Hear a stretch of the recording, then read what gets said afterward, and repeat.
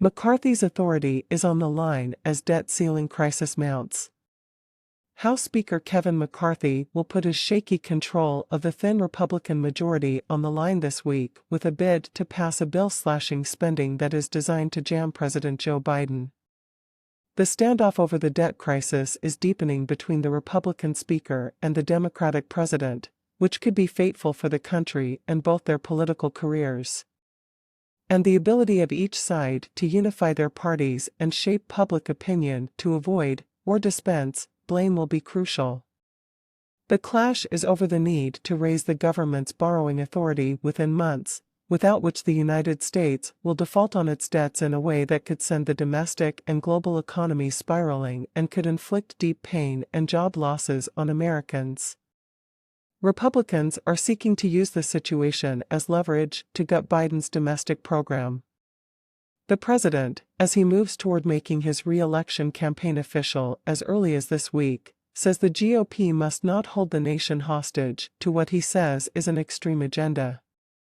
The debt ceiling showdown is important to Biden as he seeks to protect the legislative achievements of his term so far and to portray an image of strength and purpose.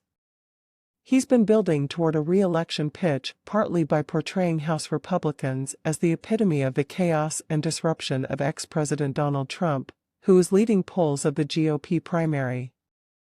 McCarthy is seeking to unite his party around him to pass a bill that would raise the debt ceiling for a year in exchange for deep spending cuts.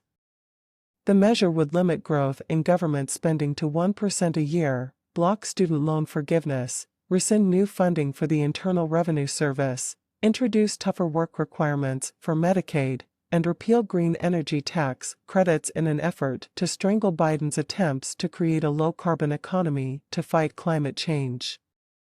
The measure has no chance of defusing the situation or of winning the battle for the GOP since it won't pass in the Democratic-led Senate. The approach is meant to make it look to the public like Biden is being obstructive and should hold the blame for any debt default. The White House has said it won't negotiate over a debt ceiling increase, which is Congress's responsibility, and will only accept a clean proposal to raise the nation's borrowing limit.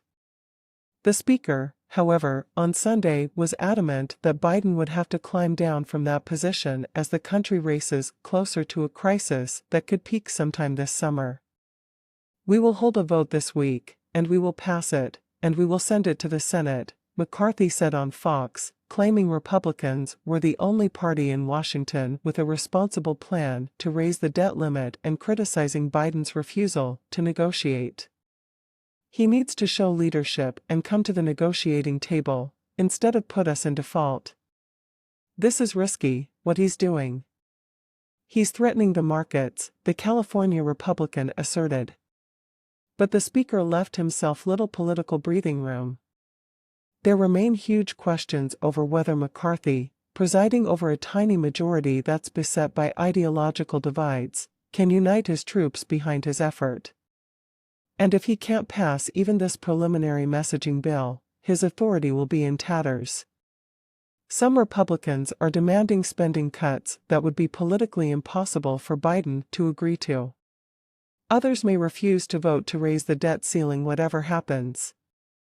More moderate Republicans worry about the extreme factions of their party as they contemplate re-election bids. McCarthy, meanwhile, would likely pay with his job if he were forced to use Democratic votes to raise the debt ceiling, currently at over $31 trillion. This could set up a direct clash between McCarthy's persona,